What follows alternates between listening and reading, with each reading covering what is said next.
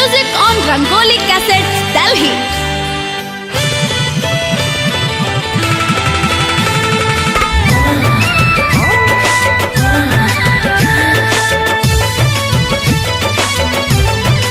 Music by Vijay Jha.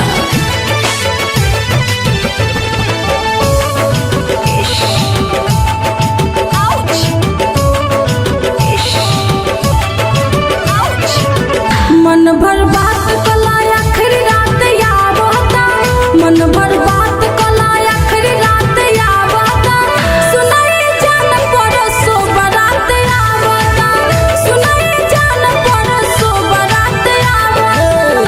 सामने आई जे भी गोलियों के दागे में हो, पीछे में आई जे भी गोलियों के दागे में हो, डर जन जान हम आज लेके भागे में हो, डर जन जान हम आज लेके भागे में हो।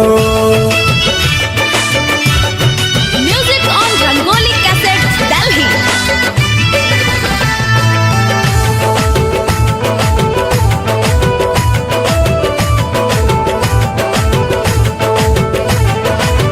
बिना पूछले ही रिश्ता कैले बाबू माई हो, बड़ी परेशान जाने कितना हम बताई हो।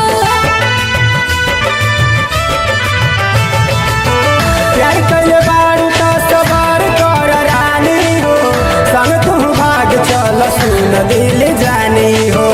इहे तो चिंता हमके रात दिन सतावता, इहे तो चिंता हमके रात दिन सतावता, सुनाई जान परसो बारात आवता, सुनाई जान परसो बारात आवता। Music on Rangoli Cassettes, Delhi.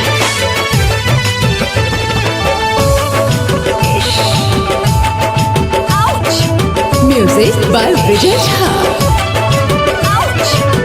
भाग चल संग हमरा अपना तू घर से हो, काहे डरात बारू भीमवा के डर से हो। जियना माई बना जा होई कुछ कहरा के, ठीक से ले चली हा खेल बात खतरा के। चाहिले तना हम कुछ करे लागे हो, चाहिले तना हम कुछ करे लागे हो, डर जन जान हम आज लेके भागे हो, डर जन जान हम आज लेके भागे हो। मन भर बात कला आखिरी रात यावता, मन भर बात कला आखिरी रात यावता, सुनाई जान परसो बारात आवता। डर जन जान हम आज लेके